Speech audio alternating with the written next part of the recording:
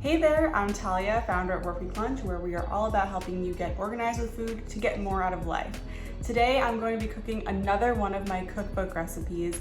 This is a recipe that I auditioned with to kind of, let the publishers know that I know what I'm doing when it comes to recipes.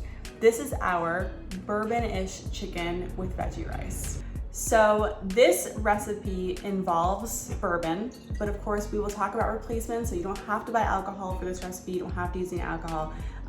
It is inspired by the kind of meal that you would get at the takeout, like the cafeteria part of the mall, like that sticky, sweet chicken that I know I loved as a kid. So that's what this is inspired by. It's great for meal prep. It's one of those meals you're definitely gonna crave throughout the week and just be really happy that you have it on hand. This recipe involves coating chicken breast or chicken thighs or tofu with cornstarch, cooking in a pan. Then we're gonna make a delicious sauce. It's all about the sauce in this recipe. And then we're going to cook rice with vegetables in the rice so that you're kind of cooking two things at once. Yay, multitasking. We love a multitasking moment.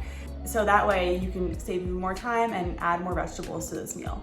Like I said, this meal is in the Workweek Lunch Cookbook. That's the official cookbook. I'll link in the description below, as well as the free recipe, which will be on workweeklunch.com. This recipe is also available to members of the Workweek Lunch Meal Prep Program, which is our subscription for meal plans. If you're a member, so you can grab it in there too and throw it onto your meal plan. Let's do it. As always, the first thing we want to do when meal prepping anything is chopping everything we need before we cook. So let's do it. So in this recipe, we are using chicken breast, but you can use any protein you want. I think chicken thighs would be really good with this. Shrimp would be delicious, and tofu would be a great swap if you are vegan or vegetarian. The vegetables we're using are red bell pepper and a frozen veggie mix and a carrot.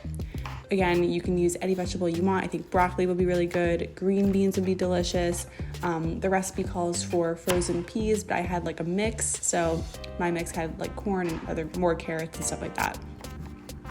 You just want a vegetable that you can chop down into small pieces and it'll cook in the rice. So just keep that in mind. Of course, we are throwing in some garlic.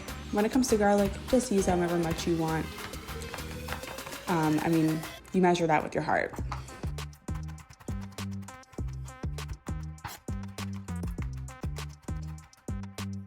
So next up, we're seasoning the chicken with cornstarch and salt. The cornstarch in this case will help the sauce, which is the star of the show, stick to the chicken a little bit better. It also gives the chicken a nice texture. It's not gonna be crispy, but there's just a little something extra when you are biting into this chicken.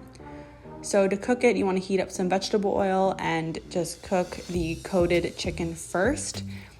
Note that you don't have to cook it all the way through because we will be adding it to the sauce later and it will cook even more. So just keep that in mind when you're cooking this, like you don't want to overdo it because then you'll end up with dry chicken. I'd rather you undercook it slightly in this step. Then we're going to move on to the rice. So while the chicken was cooking, I started preparing the rice and adding a little bit of olive oil and my raw vegetables. I'm going to cook the vegetables for a couple minutes before adding the rice. I will say though, you can kind of skip that step if you want. You can totally just add the rice and the water and let everything cook. If you need to speed it up or you want to simplify this recipe even more, that's a nice little shortcut you can take. This whole thing is a shortcut though. Cooking rice and vegetables at the same time, you are doing your carb and vegetable element of this meal all at once. I love it. It saves you time. You don't have to do as many dishes. This is a great technique to keep in mind for future recipes. Once it's boiling, we just kind of lower the heat, let it sit, and then it's perfect. So if you need help cooking rice, we have other videos on that. We can link them below. Look at that. It's so delicious. Just make sure you add enough salt. I definitely didn't add enough salt to this batch when I cooked it, so always keep that in mind. Back to the chicken. So once it's cooked, we're going to remove it from the pan and then cook the sauce in the same pan. Look at that color. That is what the color you're aiming for when you're cooking chicken. Also notice the oil is splattering. You want to be careful. The reason oil splatters is when there is water or a lot of moisture in the pan with the hot oil. So sometimes patting your chicken dry could help reduce the splatter. I kind of just braved it.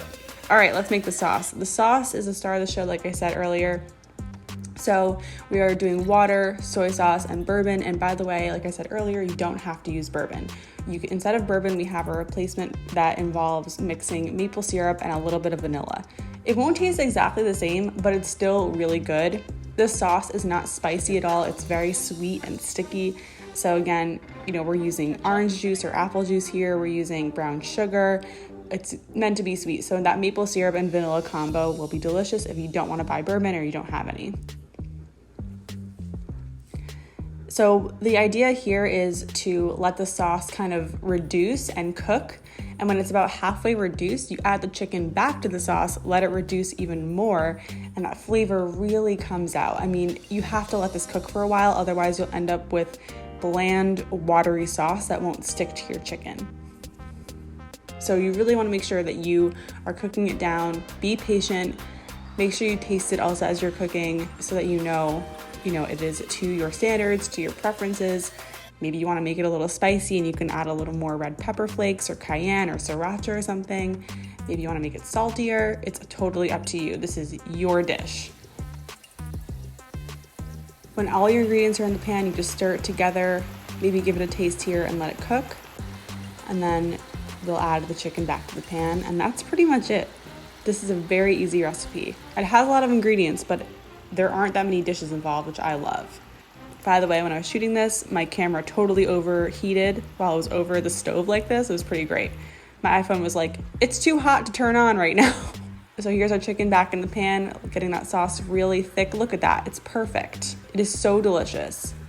The camera kind of doesn't even do the color justice, to be honest. It was more red in real life. And then we just assemble, that's the last step, we're done. I would start with the rice in your containers and then add the chicken on top. This meal can last for up to 4 or 5 days in the fridge, and it's freezer friendly for up to 6 months.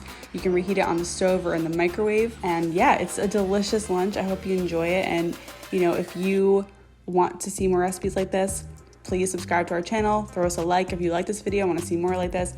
And don't forget to check out the Workweek Lunch Cookbook, which is out on March 29th. This recipe is in that cookbook, but it's also free in the description below if you want to try it, before you get the book.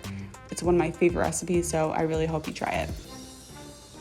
All right, let me know in the comments if you have any questions, and we will see you next time. Thank you so much for watching, and of course for buying the book if you buy it. Bye.